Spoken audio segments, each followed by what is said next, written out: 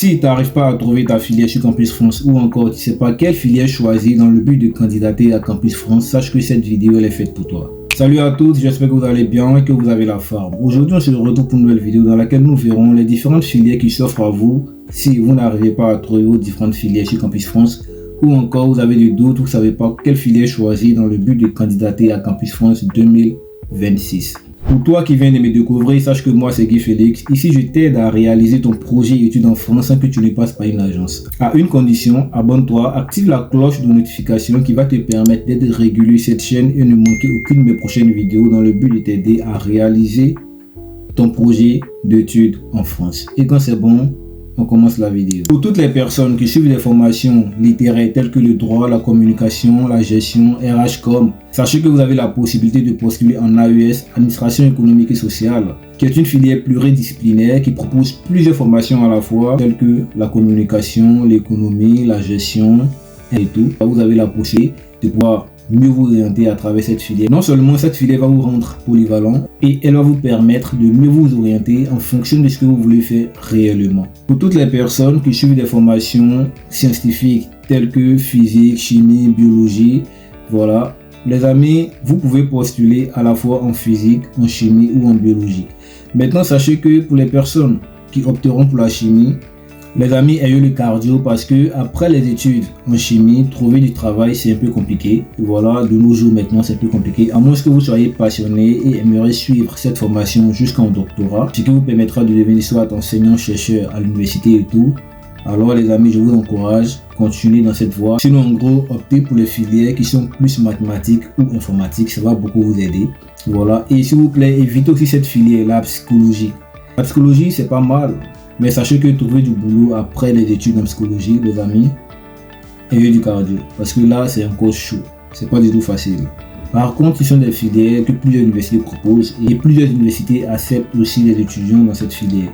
Il y a aussi la philosophie. Oui, la philosophie, c'est pas mal. Mais les amis, comme je vous le disais, les filières telles que la chimie, la philosophie et tout, soyez passionnés les amis. Soit vous allez suivre la formation jusqu'en doctorat, devenir enseignant-chercheur, prof de philosophie ou encore si vous avez d'autres projets, je vous conseille vivement, je vous encourage. Au pire des cas, misez beaucoup sur les mathématiques, sur l'informatique. L'informatique par exemple, c'est une très bonne filière qui regorge plusieurs débouchés. Et en Europe, il y a assez de débouchés après les études en informatique.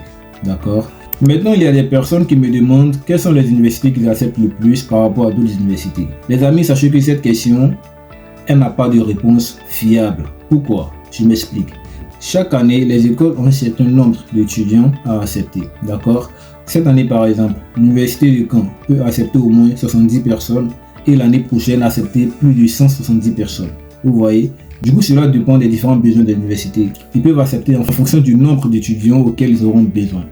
Donc, cette histoire de cette université accepte plus que l'autre, les amis, je pense que c'est une question qui n'aura pas de réponse fiable. D'accord? Ce que je peux vous dire, en plus des conseils, c'est de vous baser sur les critères des différentes universités. Si une école veut un étudiant, par exemple, qui a au moins un niveau de français B1 ou C1, les amis, sachez que si vous n'avez pas ce niveau, vous ne pouvez pas postuler auprès de cette école parce que vous ne serez pas accepté. C'est tellement logique. Du coup, basez-vous sur les différents critères. C'est en fonction de ça que vous serez accepté. Sinon, l'histoire de telle université a accepté 2000 personnes l'année passée, cette année elle va accepter 3000 personnes. Les amis, vous allez vous faire avoir. D'accord? Chaque année, les universités changent le nombre d'étudiants qu'ils veulent accepter ou pas. Il y a aussi des personnes, par exemple, qui ont eu à postuler à Campus France l'année passée et qui n'ont pas eu d'acceptation ou niveau insuffisant. Souvent, c'est pas parce que vous n'avez pas le niveau, mais vous n'avez pas le niveau contrairement à d'autres candidats. C'est-à-dire, il y a d'autres candidats qui ont un statut plus élevé que vous. Sinon, en vrai, votre projet d'études, projet professionnel peut être bien cohérent et tout, mais ne pas avoir d'acceptation. Pas parce que vous n'avez pas la connaissance ou encore vous n'avez pas les capacités qu'il faut. Seulement qu'il y a d'autres étudiants qui sont plus en avance que vous. Donc là, ça crée un déséquilibre. Du coup, on vous laisse en arrière-plan en vous disant que vous n'avez pas le niveau suffisant. Une fois que vous avez compris cela, vous ferez plus attention dans le choix des différentes écoles et d'être accepté facilement. Et ça sera tout pour cette vidéo. Pour toutes ces personnes qui ont des préoccupations, laissez-moi des messages sur Instagram où je prendrai le temps de vous répondre. Et dites-moi en commentaire à quel niveau vous êtes avec votre procédure pour que nous puissions échanger. Voilà, s'il y a des choses à faire, il y a des améliorations à apporter. On le fera tous ensemble. Au passage, je vous remercie pour les 1000 abonnés. Cela me motive et cela prouve à quel point ce que je fais vous aide réellement.